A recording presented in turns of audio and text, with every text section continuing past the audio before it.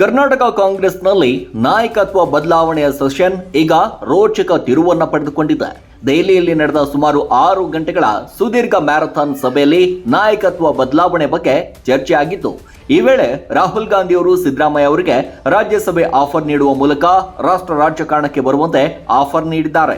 ಇದಕ್ಕೆ ಯಾವುದೇ ಸಮ್ಮತಿ ಸೂಚಿಸದ ಸಿದ್ದರಾಮಯ್ಯ ಸಭೆ ಬಳಿಕ ನೇರವಾಗಿ ಜಾರ್ಜ್ ನಿವಾಸದಲ್ಲಿ ಆಪ್ತ ಸಚಿವರು ಶಾಸಕರೊಂದಿಗೆ ರಹಸ್ಯ ಸಭೆ ನಡೆಸಿ ಚರ್ಚಿಸಿದ್ದು, ಈ ವೇಳೆ ಸಿಎಂ ಸ್ಥಾನಕ್ಕೆ ರಾಜೀನಾಮೆ ನೀಡಲು ಸಿದ್ದರಾಮಯ್ಯ ನಿರ್ಧರಿಸಿದ್ದಾರೆ ಎಂಬ ಮಾಹಿತಿ ತಿಳಿದು ಬರ್ತಿದೆ.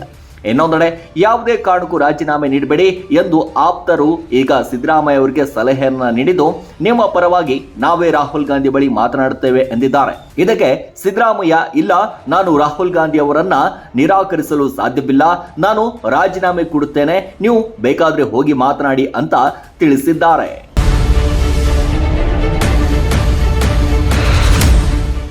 ಕರ್ನಾಟಕ ಕಾಂಗ್ರೆಸ್ನಲ್ಲಿ ನಾಯಕತ್ವ ಬದಲಾವಣೆಯ ಸೆಷನ್ ಈಗ ರೋಚಕ ತಿರುವನ್ನು ಪಡೆದುಕೊಂಡಿದೆ. ದೆಹಲಿಯಲ್ಲಿ ನಡೆದ ಸುಮಾರು 6 ಗಂಟೆಗಳ ಸುದೀರ್ಘ ಮ್ಯಾರಥಾನ್ ಸಭೆಯಲ್ಲಿ ನಾಯಕತ್ವ ಬದಲಾವಣೆ ಬಗ್ಗೆ ಚರ್ಚೆ ಆಗಿತ್ತು. ಈ ವೇಳೆ ರಾಹುಲ್ ಗಾಂಧಿ ಅವರು ಸಿದ್ದರಾಮಯ್ಯ ಅವರಿಗೆ ರಾಜ್ಯಸಭೆ ಆಫರ್ ನೀಡುವ ಮೂಲಕ ರಾಷ್ಟ್ರ ರಾಜಕಾರಣಕ್ಕೆ ಬರುವಂತೆ ಆಫರ್ ನೀಡಿದ್ದಾರೆ.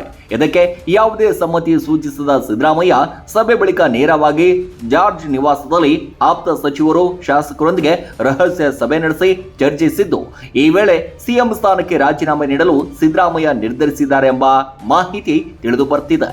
ಇನ್ನೊಂದೆಡೆ ಯಾವುದೇ ಕಾರಣಕ್ಕೂ ರಾಜೀನಾಮೆ ನೀಡಬೇಡಿ ಎಂದು ಆಪ್ತರು ಈಗ ಸಿದ್ದರಾಮಯ್ಯ ಅವರಿಗೆ ಸಲಹೆಯನ್ನ ನೀಡಿದ್ದು, ನಿಮ್ಮ ಪರವಾಗಿ ನಾವೇ ರಾಹುಲ್ ಗಾಂಧಿ ಬಳಿ ಮಾತನಾಡುತ್ತೇವೆ ಎಂದಿದ್ದಾರೆ. ಇದಕ್ಕೆ ಸಿದ್ದರಾಮಯ್ಯ, ಇಲ್ಲ, ನಾನು ರಾಹುಲ್ ಗಾಂಧಿ ಅವರನ್ನ ನಿರಾಕರಿಸಲು ಸಾಧ್ಯವಿಲ್ಲ, ನಾನು ರಾಜೀನಾಮೆ ಕೊಡುತ್ತೇನೆ, ನೀವು ಬೇಕಾದ್ರೆ ಹೋಗಿ ಮಾತನಾಡಿ ಅಂತ ತಿಳಿಸಿದ್ದಾರೆ.